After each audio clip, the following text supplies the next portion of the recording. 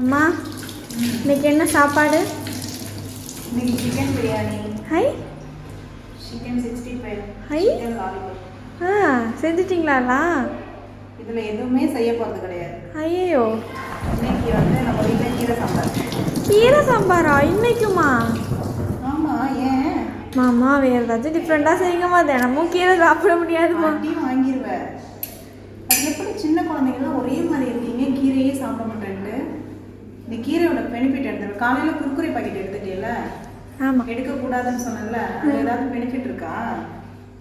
இதில் உள்ள பெனிஃபிட் என்னன்னு தெரியுமா? சொல்லுங்க. இந்த கீரை மணத்தக்காளி கீரை. இது வந்து வாய் புண்ணு, வயிறு புண்ணா இருக்கும்ல, அதுக்கு எல்லாத்துக்குமே வந்து ஒரு சூப்பரான மருந்துன்னு சொல்லலாம். அது மட்டும் இல்லாமல் போன வீக் உனக்கு ஃபீவர் இருந்துச்சுல்ல, அப்போ நெத்தியில் ஒரு மருந்து போட்டேன். என்னன்னு தெரியுமா? தெரியல, ஏதோ பச்சையாக இருந்தது இருந்துச்சுல. இந்த மணத்தக்காளி கீரையோட சாறு தான் எடுத்து நெத்தியில் அப்ளை பண்ணேன். ஃபீவர் வந்து கம்ப்ளீட்டாக குறையும்.